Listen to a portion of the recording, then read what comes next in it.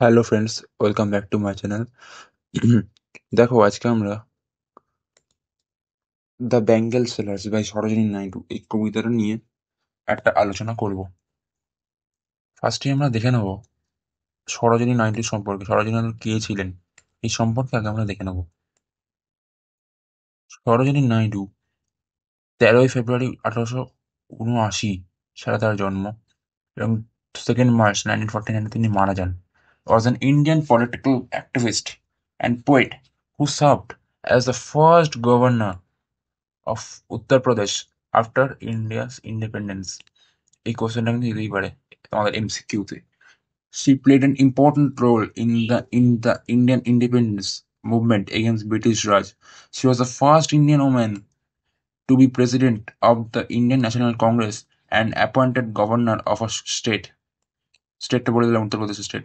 She was the follower of Gandhiji. Gandhiji named her Nightingale of India। এই কোশ্চেনটা তোমরা দিতে পারে। এটা জাস্ট আমরা সরোজিনী নাইডু সম্বন্ধে একটু পড়াশোনা করলাম। এবার আমরা আমাদের আজকের কবিতা দ্য বেঙ্গল সেলার্স এই কবিতা সম্বন্ধে একটু পড়াশোনা করব। আর তোমরা হয়তো ব্যাকগ্রাউন্ডে একটু নয়েজ পাচ্ছ, যেটা আমি রিয়েলি সরি। তোমরা একটু অ্যাডজাস্ট করে নিও, সাউন্ডটা বাড়িয়ে দিলে তোমরা আমার ভয়েস ভালো করেই শুনতে পাবে। The Bengal sailors, Sarojini Naidu. কবিতাটা পড়ার আগেই আমাদের এই বেঙ্গল শব্দটার অর্থ বুঝতে হবে। বেঙ্গল শব্দটার অর্থ হচ্ছে চুড়ি। মেয়েদের মেয়েদের এক প্রকার সাজের সরঞ্জামের নাম হচ্ছে এই চুড়ি, যেটা হাতে পড়তে দেখা যায়। Bengal sellers are we who bear our shining lures to the temple fair. Bengal sailors অর্থাৎ আমরাই সেই চুরি বিক্রেতা যারা চুরি মাথায় করে নিয়ে আসি। আওয়ার শাইনিং লুডস, মাথার উপর চাপিয়ে যে চুরি তারা নিয়ে আসে, সেটা মন্দির সংলগ্ন মেলা তারা নিজে বিক্রি করার জন্য। Who will buy this delicate bright rainbow tinted circle of light. কে কিনবে এই সুন্দর উজ্জ্বল রাম রামধনুর মতো রামধনুর মতো রঙে রঙে রঙে রাঙা গোলাকার দেখতে সেই চুড়ি। Lustrous tokens of radiant lives. Lustrous মানে হচ্ছে উজ্জ্বল, টোকেন্স অফ রেডিয়েন্ট লাইভস প্রাণোজ্জ্বল মানে কিন্তু এই চুড়িটা পড়ে, সেটাই বলা হচ্ছে। এই চুড়িটা হচ্ছে কাদের জন্য? ফর হ্যাপি ডটার্স, মেয়েদের জন্য। ফর হ্যাপি ওয়াইফদের জন্য।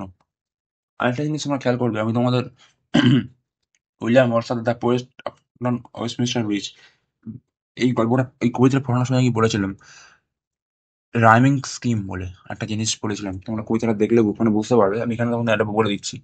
এই কবিতার রাইমিং স্কিম দেখা যাক। বিয়ার, একে যদি আমরা এ ধরি, তাহলে দেখো এটা এ হচ্ছে। ব্রাইট, এটাকে যদি বি ধরি, দেখো এটা বি হচ্ছে। লিপস, এটাকে যদি সি ধরি, তাহলে দেখো এটা সি হচ্ছে। এইভাবে কিন্তু রাইমিং স্কিম চলছে। দেখো এ A B B C C, এইটা হচ্ছে এই গল্পের এই কবিতার rhyming scheme.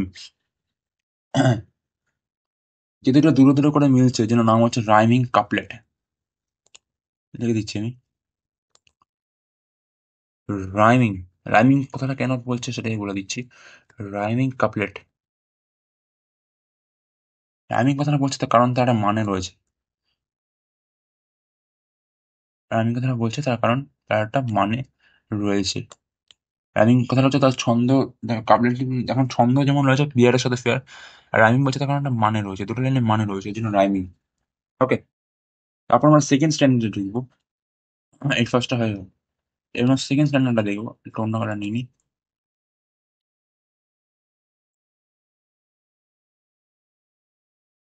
Some R meet for a maidens wrist. সাম, কিছু তৈরি করা হয়েছে চুড়ি, কাদের জন্য? অবিবাহিত মেয়েদের জন্য, maiden. Silver and blue as the mounted mist. Silver and the blue, silver colour and blue colour as the mountain mist. পাহাড়ের ওপর যে ঝর্ণা, পাহাড়ের ওপর ঝর্ণা বলছে, সরি, পাহাড়ের উপর যে কুয়াশা দেখা যায়, সেই কুয়াশা দেখতে এই সিলভার আর ব্লু এর মতোই লাগে। সেই জন্যই বলছে silver and blue as the mountain mist. On the sorry, some are flushed like the birds that dream। এই কথাটার অর্থ আমাদের একটু ভালো করে বুঝতে হবে। Some are flushed like the birds that dream। ফ্লাস্ট মনে হচ্ছে গাঢ়, লাল আর কি, যেটা ক্রিমসন বলে আর কি। ফুলের কুড়ি যেমন নতুন ফোটে একটা সময়, সেরকম মেয়েদেরও একটা পিরিয়ড এর পর, একটা বয়সের পর তাদের একটা মনে ইচ্ছা জাগে। এই ইচ্ছাটা হচ্ছে বিয়ের ইচ্ছা। সেটাই এখানে বলছে, বলার চেষ্টা করছে। On the tranquil brow of a woodland stream, শান্ত, ট্র্যাঙ্কুল কথাটা হচ্ছে শান্ত। ট্র্যাঙ্কুল ব্রো, আমাদের ভুরু, যেটা চোখের উপরে তলে রয়েছে আর কি, এই ভুরুর মধ্যে কিন্তু দেখো শান্ত একটা পাহাড়ি পাহাড়ি বনের মধ্যে দিয়ে একটা নদী বয়ে চলেছে শান্ত। Some are aglow with the bloom that cleaves, তাদের মনটা ছটফট করে বিয়ে করার জন্য। To the limpid glory of new born leaves, একদম খাঁটি একদম। যখন একটা নতুন গাছ জন্ম নেয়, তার পাতা যেমন একদম সবুজ থাকে, তাদের মনে হয় যে ওই জীবনটা হয়তো একটু বেশি বেটার হবে, বা ওই জীবনে তারা যেতে চায়। সাম আর লাইক, মানে আবার থট স্ট্রেঞ্জে ঢুকবো। দেখো আমরা যদি এটারও দেখি, তাহলে আমরা দেখতে পাবো রিস্টের সাথে মিস্ট, এটাও দেখো এ, এ ড্রিমের সাথে স্ট্রিম বি, বি ক্লিপসের সাথে লিপ সি, সি একই কিন্তু দেখো, একই স্ট্রেঞ্জ ইয়ে। Some are fields of sunlight corn, some are like, কিছু চুড়ি কিরকম দেখতে, সানলিট কর্ন, যখন শস্য ক্ষেতের ওপর সূর্যের ইয়েটা পড়ে, একটা গোল্ডেন রং দেয় সেরকম। Meet for bride on her bridal moon, কিছু হচ্ছে যখন বিয়ের সময় মেয়েরা হাতে চুড়ি পরে সেরকম। Some like flame of her marriage fire, some বিবাহের সময় যে মহাযজ্ঞ অনুষ্ঠান অনুষ্ঠিত হয় সেরকম কিছু চুরি হয়। Or rich with the hue of heart's desire, তার মনের যে নতুন লাইফে যাওয়ার যেটা আকাঙ্ক্ষা ইচ্ছে, সেরকম কিছুর ব্যাপারটা। টিঙ্কলিং, লিমিউনিয়াস, টেন্ডার অ্যান্ড ক্লিয়ার, টিঙ্কলিং মানে নতুন গয়নাগাটি বললে যে ঝনঝন শব্দ হয়, লিমিউনিয়াস, টেন্ডার, সবকিছু কিন্তু স্পষ্ট একদম। Like her bridal laughter and a bridal tear, সেদিন যেদিন বিয়ে হয় সেদিন যেমন মেয়েটা আনন্দে হাসে, যেমন নতুন বাড়িতে যাওয়ার জন্য, তার পুরোনো বাড়ি ছেড়ে, তার বাবা মা বাড়ি ছেড়ে চলে যাওয়ার জন্য মেয়েটা কিন্তু কাঁদেও, সেটাই কিন্তু বলা হচ্ছে। তারপর আমরা থার্ড, অর্থাৎ লাস্ট টেন্সে চলে যাবো।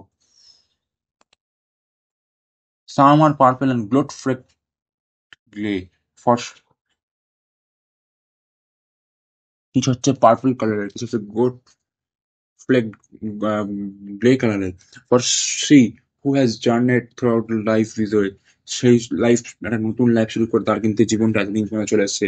Whose hands have cherished, whose have love has blessed, সে কিন্তু তার সন্তানকে এতদিনে বড় করছে আস্তে আস্তে।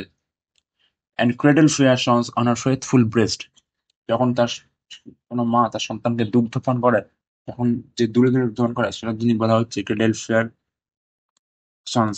And serves her household in faithful pride, গর্বের সহকারে তার সংসার সে সামলায়। And worships the gods at her husband side, ভগবানের কাছে তার স্বামীর জন্য সে প্রার্থনা করে। এটাই হচ্ছে পুরো কবিতাটা। আশা করি তোমরা কবিতা বুঝতে পেরেছো। কবিতাটা তোমরা খুব ভালো করে বাড়িতে পড়বে, রিডিং করবে। ওকে, আর দেখি এখানে কিছু কোশ্চেন দেওয়া রয়েছে, কোশ্চেন আমরা সলভ করি এবার। Choose the correct answer from the alternatives given. What is the mood of the poem, এটা তোমরা নিজেরাই বলবে। Is blue. What is the significance of bangles in the poem The Bangle Sellers? They represent wealth, they symbolize love and marriage. Their source of income for the sellers, they represent freedom. কোনটা হবে? এরা বলবে। ওকে, আজকে ভিডিওটা এতটাই। যদি তুমি ভিডিওটা ভালো লাগে অবশ্যই চ্যানেলটাকে লাইক এবং সাবস্ক্রাইব করো, পাশে থাকা বেল আইকনটাকে ক্লিক করো। ওকে, আর এরকম আরো ভিডিও চ্যানেলটা সাবস্ক্রাইব করে রাখো এবং ভিডিওকে অবশ্যই শেয়ার করো। Thank you.